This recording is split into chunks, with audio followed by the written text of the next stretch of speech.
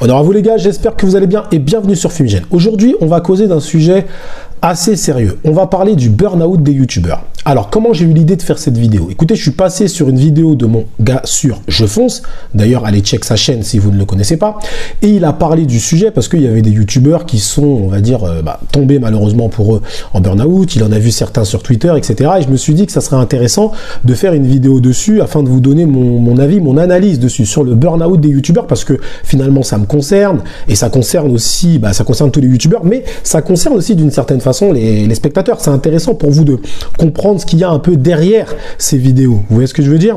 Donc déjà, les frérots, avant de passer au sujet de la vidéo, je vous invite, comme d'habitude, à lâcher un petit pouce. Lâche ton pouce, mon frère, lâche ton pouce, lâche ton like, lâche ton partage et soutiens ton frérot Fumi. C'est comme d'habitude, ça ne change pas. C'est important, c'est important. Désolé de le dire à chaque fois, mais j'ai remarqué que beaucoup de personnes, en fait, regardent les vidéos, mais ne sont pas forcément abonnés. Bon, après, c'est évidemment, c'est votre choix. Mais bon, je pense que généralement, c'est un oubli parce que souvent, on regarde des youtubeurs et on est tellement habitué à regarder les youtubeurs et YouTube vous envoie la notification qu'on se dit, mais finalement, je suis même pas abonné. Donc voilà, n'hésitez pas à vous abonner si vous aimez le travail, le taf de votre ami Fumi. Bon, les frérots, déjà, qu'est-ce qu'un burn-out? Vous savez tous ce que c'est qu'un burn-out, mais tout le monde, pas forcément tout le monde, je pense que c'est bien de remettre les bases. Le burn-out se traduit par un épuisement physique, émotionnel et mental qui résulte d'un investissement prolongé dans des situations de travail exigeantes d'un point de vue émotionnel. En fait, c'est une forme de dépression. C'est-à-dire que vous êtes surchargé de travail. En fait, selon vous, personnellement, une surcharge de travail pour toi et tu travailles tellement que tu pètes un câble, tu fais une dépression. Attention, le burn-out ne mène pas tout le temps à la dépression, mais généralement les deux sont liés et c'est un état psychologiquement très difficile. C'est très difficile de s'en sortir d'un burn-out. Donc voilà la définition du burn-out. Maintenant, la question que beaucoup se posent, je pense, tous ceux qui sont devant cette vidéo et qui, on va dire, un petit peu ne comprennent pas trop, se disent, mais comment un youtubeur peut tomber en burn-out? Comment un youtubeur qui fait des vidéos, qui se met devant sa caméra et qui parle d'un manga, d'un machin, d'un sujet ou d'un autre, peut tomber en burn-out? Eh bien déjà, je vais vous expliquer pourquoi un youtubeur peut tomber en burn-out. Et la deuxième partie de la vidéo, ce sera comment ne pas tomber en burn-out. Déjà, pourquoi un youtubeur tombe en burn-out? On va rester sur le sujet des mangas, mais des fois, j'irai un peu dans des sujets un peu plus généralistes. Déjà, le youtubeur, il faut bien comprendre que lorsqu'il prend la décision de se mettre devant la caméra, de faire des reviews manga, par exemple sur Demon Slayer, ou des reviews manga de chapitres, il a une responsabilité. Bah oui. Pourquoi? Parce que maintenant, à partir du moment où il commence à traiter un manga de façon hebdomadaire, il le fait une fois, deux fois, trois fois, il génère une audience. Par conséquent, il génère une attente. Les gens attendent de ce youtubeur. Maintenant, les gens se disent, je m'abonne à toi parce que tu vas me donner une review, une analyse de mon manga de façon hebdomadaire ou mensuelle, voire même annuelle. Mais bref, c'est pas ça. C'est surtout le fait est que il y a une responsabilité sur l'épaule des youtubeurs. C'est pour ça que moi, je ne m'engage jamais. Je le dis toujours. Je le dis, vous avez des reviews, par exemple Blue Lock, mais je n'ai jamais dit que j'allais suivre Blue Lock de façon éternelle. Un jour, je ne ferai pas de Blue Lock, peut-être, et personne viendra me demander des comptes. Je dirais, écoutez les gars, j'ai toujours dit que Blue Lock, je ne m'engageais pas dans Blue Lock. Je regarde, j'aime bien, machin, mais je sais que j'allais devoir traiter d'autres sujets comme Kimetsu no Yaiba, comme Jujutsu Kaisen, etc. qui font que je ne peux pas affirmer, continuer Blue Lock tout le temps. Vous voyez ce que je veux dire? Donc, c'est bien déjà de ne pas s'engager trop non plus. Parce que lorsqu'on s'engage, les gens ont une attente. Donc déjà, c'est la première des raisons pour laquelle un youtubeur peut tomber en burn-out, c'est la responsabilité qui pèse sur ses épaules à ne pas décevoir une audience. Mais moi, à ça, j'ai trouvé tout de suite une défense en expliquant aux gens, je ne m'engage pas. Même mes lives, les frérots qui me suivent régulièrement savent que je ne m'engage jamais sur une date de live. Je dis, il y aura live, peut-être ou pas. Je ne m'engage pas parce que quand tu t'engages, tu signes un contrat avec les gens, un contrat moral. Mais tu signes un contrat en fait. Tu dis aux gens, je serai là ce soir. Si tu n'es pas là ce soir, tu ne respectes pas ton engagement. Et il n'y a rien de pire que quelqu'un qui ne respecte pas ses engagements. Alors ne t'engage pas mon frérot. Ne t'engage pas, comme ça tu déçois personne. C'est ça un peu le bail. Vous voyez ce que je veux dire? Il y a aussi un autre élément qui peut mener au burn-out, c'est l'engrenage fait par YouTube. Et moi, je sais de quoi je parle parce que on reçoit souvent des messages de YouTube qui vont nous orienter. Ah là, c'est bien, bravo, vous avez fait des vues, machin, nanani. Faites des shorts, ça rapporte plus de vues, patati patata. Nous allons mettre en avant les shorts, donc faites des shorts, etc. YouTube, de façon assez insidieuse en fait, le fait.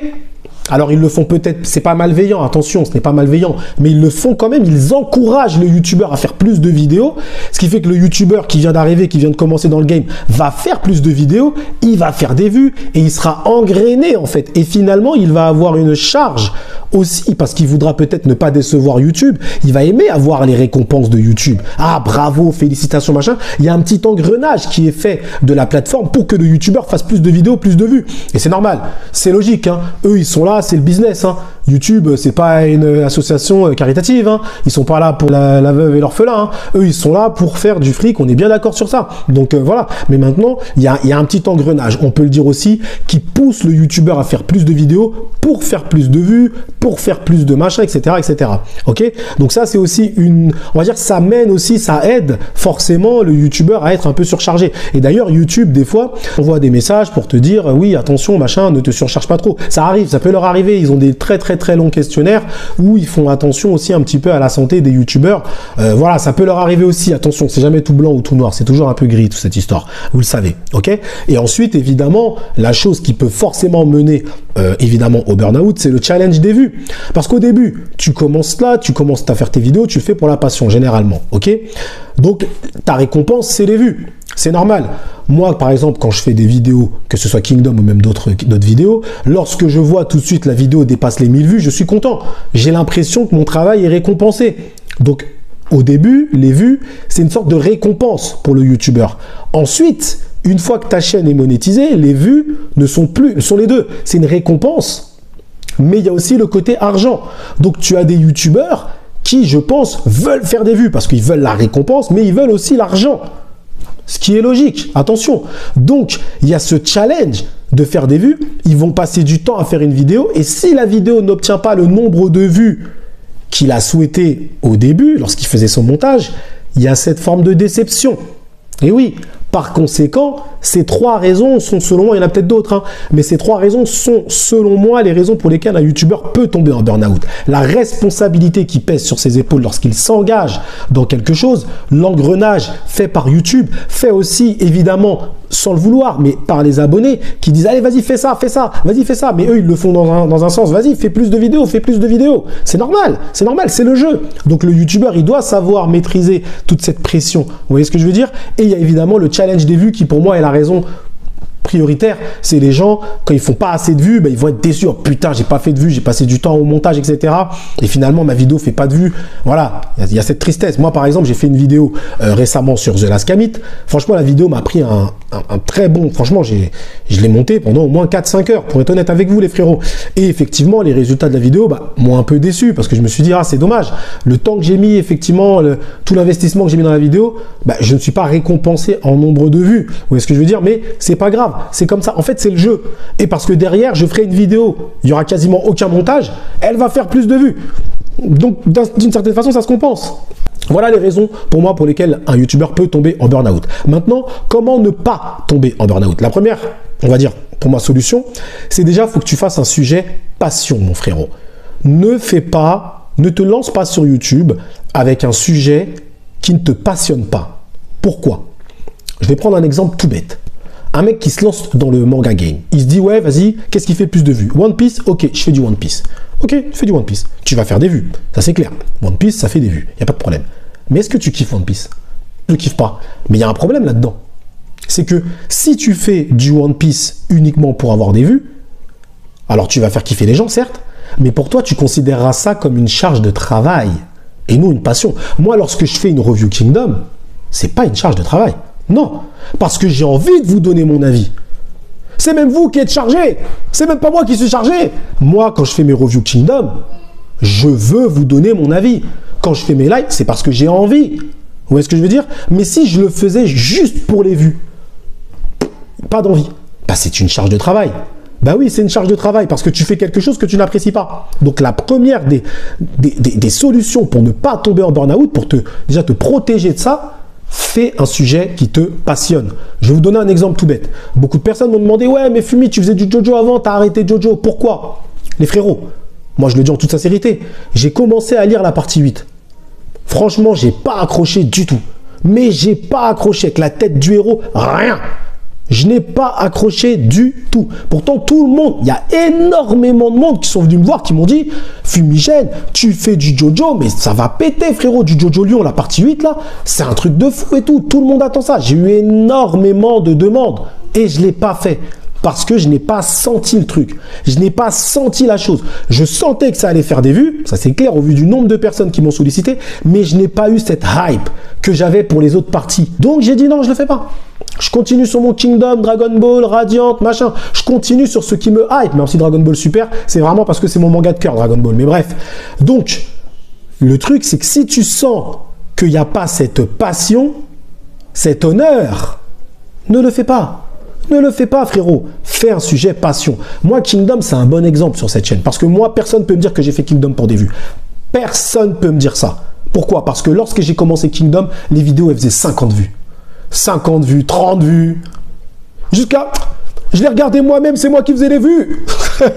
Donc, clairement, on ne peut pas dire que j'ai fait Kingdom pour des vues. C'est pas possible.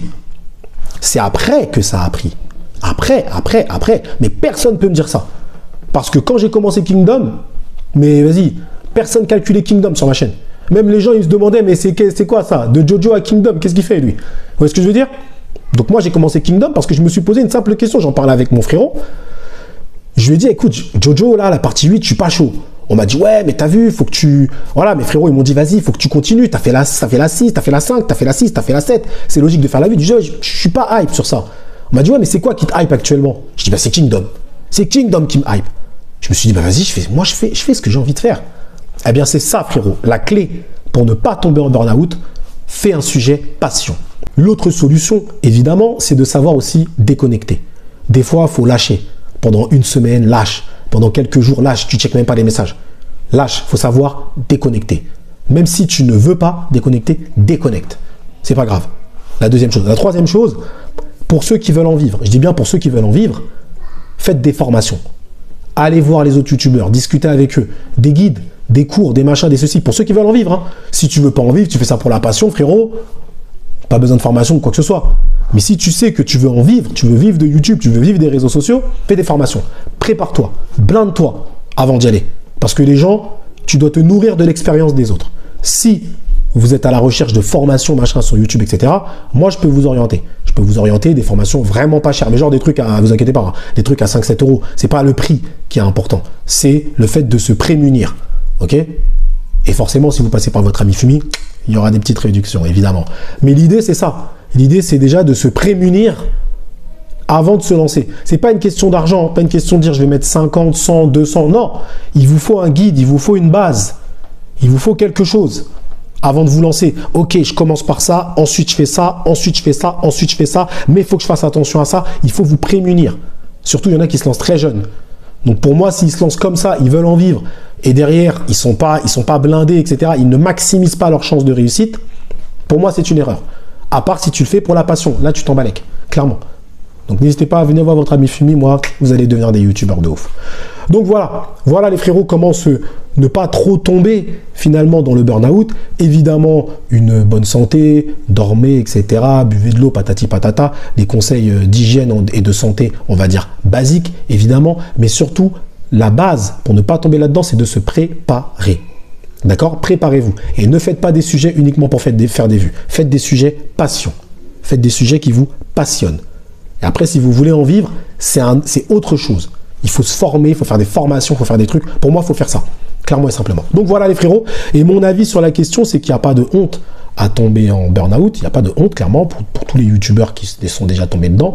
Comme je vous l'ai expliqué, pour toutes les raisons, c'est des choses qui peuvent arriver. Le tout, c'est de savoir s'en sortir et de pouvoir également revenir, si tu peux, évidemment. C'est de revenir justement dans le game, mais de revenir en étant armé, en ayant les conseils des autres youtubeurs, des guides, des cours, quoi que ce soit. Voilà. Vous n'êtes même pas obligé de payer des formations, même si ça coûte 5-7 euros pour certains, des trucs pas chers.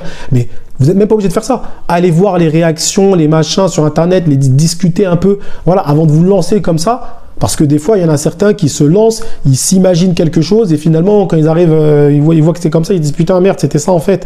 Oh, je suis déçu, j'ai pas réussi, nanana, nanana, et bim, burn-out. Non, frérot. Non, c'est pas comme ça. Préparation. Préparation, organisation, action. Il faut bien le faire étape par étape. Pour ceux qui veulent en vivre. Encore une fois, ceux qui le font par passion, c'est en mode balèque. On est bien d'accord. Donc voilà, voilà mon avis sur le burn-out des youtubeurs. J'espère que cette petite vidéo généraliste vous aura plu. J'en fais de plus en plus. Et je vois que les retours sont plutôt positifs. Donc je me permets d'en faire encore une fois quelques-unes. En tout cas, merci à vous d'avoir suivi cette vidéo discussion jusqu'au bout. Prenez soin de vous. Et que l'honneur de YouTube soit avec nous.